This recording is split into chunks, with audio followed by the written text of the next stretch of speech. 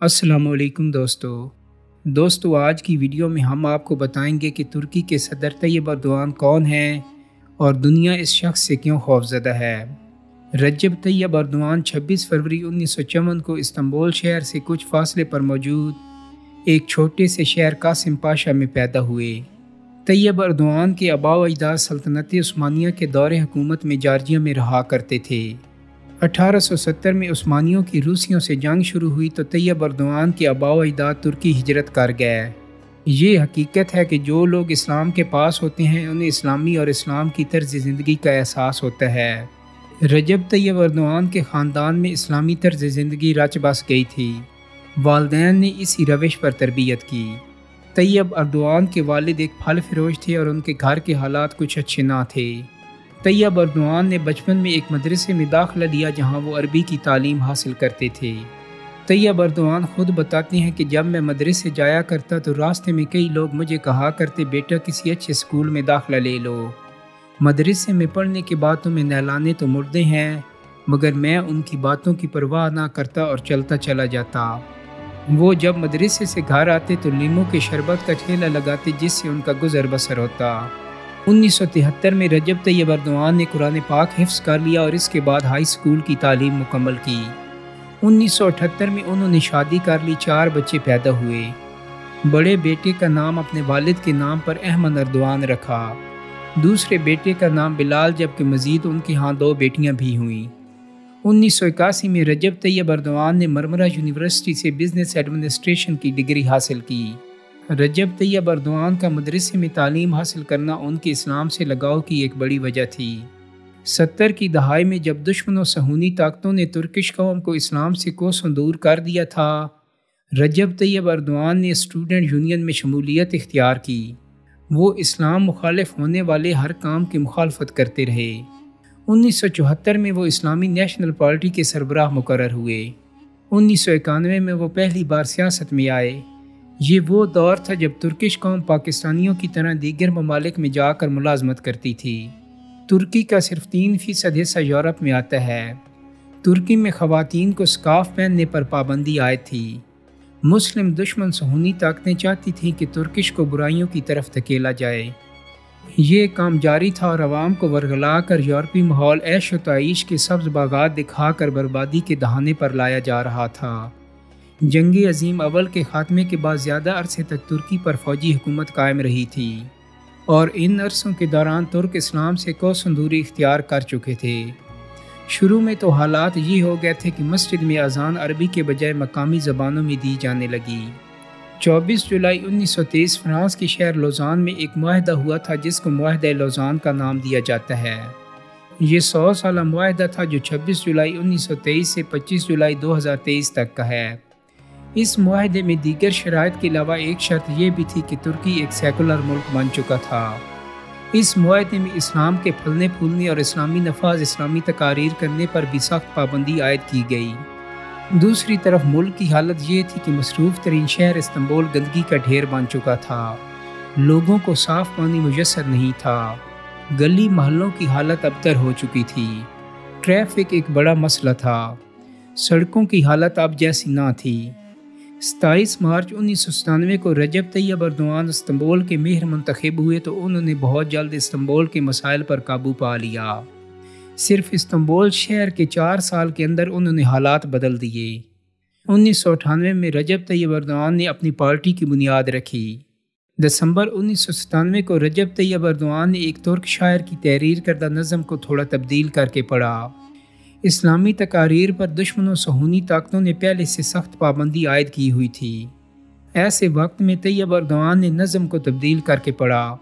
اس کا مختصر ترجمہ کچھ یوں تھا: یہ مساجد ہمارے قلعے ہیں، یہ گنبد ہماری پہلی بیت ہیں، یہ مینار ہمارے سپاہیوں کی نشانیاں ہیں۔ اس تقریر کے بعد انہیں استنبول کے میئر سے دستبردار کر دیا گیا۔ رجب طیب اردوان نے ہنسی خوشی اس سزا کو قبول کیا۔ 2001 میں رجب طیب اردوان نے جسٹس ڈیولپمنٹ پارٹی کی بنیاد رکھی۔ 2002 میں پہلی بار انہوں نے پارٹی رہنما کی حیثیت سے شمولیت اختیار کی۔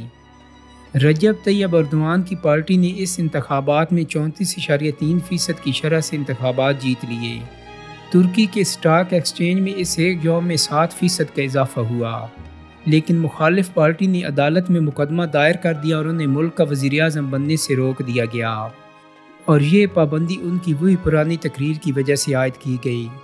رجب طیب ایردوان نے اپنے نائب عبداللہ گل کو وزیر اعظم بنا دیا۔ الیکشن کمیشن نے طیب ایردوان کی سیٹ کو بھی منسوخ کر دیا۔ 2003 میں جب دوبارہ انتخابات ہوئے تو اس سے پہلے عبداللہ گل نے مخالف جماعتوں کو ساتھ ملا کر قانون میں تبدیلی کر لی۔ رجب طیب ایردوان پر لگی پابندی ہٹا دی گئی۔ رجب طیب نے 2023 کے انتخابات میں 84% شرح سے کامیابی حاصل کرتے ہوئے دوبارہ اسمبلی میں شمولیت اختیار کی۔ نائب عبداللہ گل نے وزارت سے استعفیٰ دیا اور رجب طیب ترکی کے وزیر اعظم بن گئے۔ 2007 جب رجب طیب صدارتی انتخابات کے لیے نامزد ہوئے تو ملک میں جگہ جگہ مظاہرے ہوئے۔ رجب طیب نے صدارتی عہدہ عبداللہ گل کے حوالے کر دیا۔ اسی سال ہونے والے قومی اسمبلی کے انتخابات میں بھی ان کی پارٹی 46% شرح سے ووٹ لے کر کامیاب ہوئی۔ 2011 میں ان کی پارٹی 327 کی نشستوں کی جیت اور 50% کی شرح سے ووٹ لے کر کامیاب ہوئی۔ رجب طیب کو متواتر تیسری مرتبہ ترکی کا وزیر اعظم بننے کا اعزاز حاصل ہوا۔ 28 اگست 2014 کو رجب طیب ایردوان ترکی کے 12ویں صدر منتخب ہوئے۔ ترکی کی تاریخ میں پہلی بار عوام کے ووٹ سے ایک صدر کا انتخاب ہوا۔ 2019 میں ترکی میں بلدیاتی انتخابات ہوئے۔ اس بار پھر سے ان کی پارٹی واضح اکثریت حاصل کرنے میں کامیاب رہی اور طیب ایردوان 2023 تک ترکی کے صدر منتخب ہو گئے۔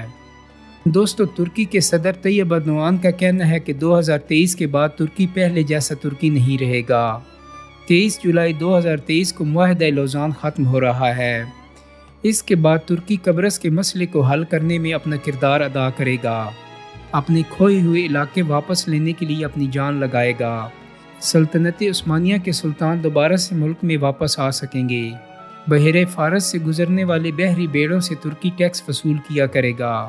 ترکی کو اللہ تعالیٰ نے ایسا حکمران دیا ہے جو صرف ٹیلی ویژن نشریات تک اپنی بات کو محدود نہیں رکھتا۔ ساری دنیا نے دیکھ لیا ہے کہ رجب طیب جو کہتا ہے وہ کر کے بھی دکھاتا ہے۔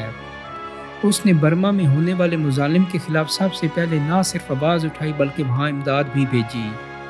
رجب طیب نے شام کے حل کے سلسلے میں نہ صرف اپنی فوج بھیجی بلکہ امداد بھی دی۔ مسئلہ فلسطین کی آواز، مسئلہ مقبوضہ کشمیر کی آواز عالمی سطح پر بلند کی۔ 2018 میں جب امریکہ نے یروشلم شہر کو اسرائیل کا دارالحکومت قرار دیا تو رجب طیب نے برجستہ اس کی مخالفت کی۔ انہوں نے کہا کہ یروشلم مسلمانوں کا استنبول ہے، یروشلم مسلمانوں کا مکہ ہے، یروشلم مسلمانوں کا اسلام آباد اور جکارتہ ہے۔ اگر مسلمانوں کا حال یہی رہا تو کل مکہ اور مدینہ تک ان یہودیوں اور عیسائیوں کے قبضے میں چلے جائیں گے۔ عالمی سطح پر رجب طیب مختلف ممالک سے بے شمار میڈل اور اعزازات حاصل کر چکے ہیں۔ 2008 میں جب غزہ کی پٹی پر اسرائیل نے حملہ کیا تھا تو رجب طیب نے ورلڈ اکنامکس فورم پر اسرائیل کے صدر کو معصوم بچوں اور خواتین کے قاتل اور قابض کہہ کر پکارا اور اس ملاقات کو چھوڑ کر چلے گئے۔ ان کے اس کارنامے کو صرف ترکی ہی نہیں بلکہ پوری اسلامی دنیا میں سراہا گیا۔ جب وہ واپس اپنے وطن پہنچے تو ترک عوام نے ان کا پرتپاک استقبال کیا۔ 15 جولائی 2016 میں جب امریکی نواز فوج نے ترکی پر قبضہ کر لیا تھا تو رجب طیب نے ایک ٹیلی ویژن پر اپنا پیغام چھوڑا۔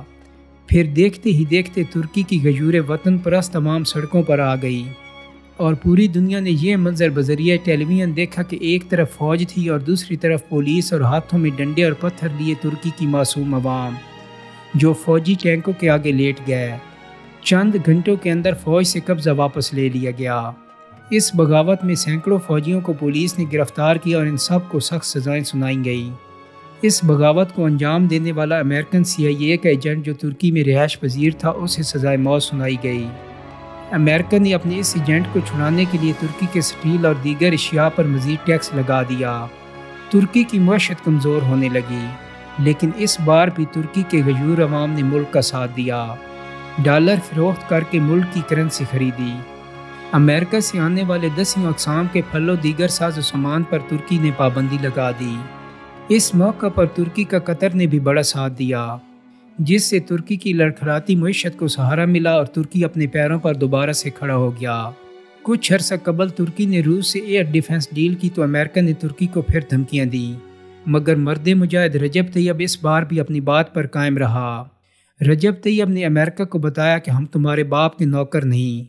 دوستو، جب سے صدر رجب طیب برسر اقتدار ہوئے، ملک وہ پہلے والا ترکی نہیں رہا۔ رجب طیب اپنی قوم کے آگے سرخرو ہوئے ہیں۔ عوام انہیں محبت، چاہت، الفت سے نوازتی ہے۔ یہ روز و شب اپنے ملک و قوم کی ترقی کی تگ و دو میں لگے رہتے ہیں۔ اس کی ایک وجہ ان کا اسلام سے والہانہ لگاؤ ہے۔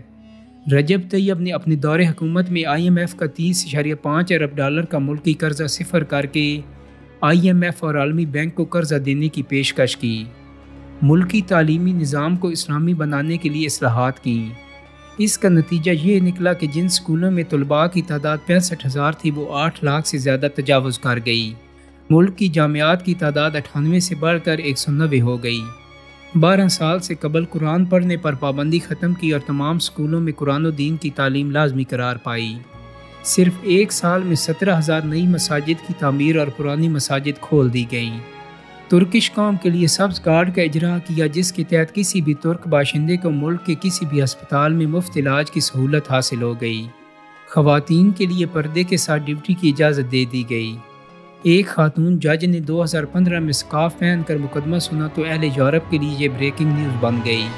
2002 میں ترکی کے زر مبادلہ کے ذخائر 26.5 بلین ڈالر تھے، جو 2014 میں 150 بلین ڈالر تک پہنچ چکے تھے۔ موجودہ زر مبادلہ پہلے سے بھی زیادہ ہے۔ ترکی میں صرف 12 سال میں ہوائی اڈوں کی تعداد 26 سے بڑھ کر 50 ہو گئی۔ ترکی کی صرف سیاحت سے حاصل ہونے والی سالانہ آمدنی 20 ارب ڈالر سے زیادہ ہے۔ گزشتہ 10 سال میں 2002 سے 2011 13,500 کلومیٹر طویل راستے پر تیز رفتار ریل چلنے لگی۔ سینکڑوں کلومیٹر کی مرمت ہوئی۔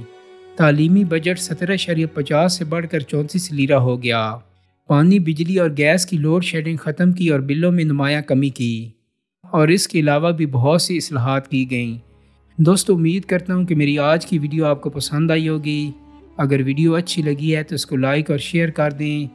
میرے چینل کو سبسکرائب کرنے کے ساتھ ساتھ بیل آئیکن کو بھی کلک کر دیں تاکہ آپ کو میری آنے والی مزید ویڈیوز کے نوٹیفیکیشن ملتے رہیں۔ بہت جلد ہی ایک نئی ویڈیو کے ساتھ ملاقات ہوگی۔ اپنا بہت سارا خیال رکھیے گا۔ اللہ حافظ۔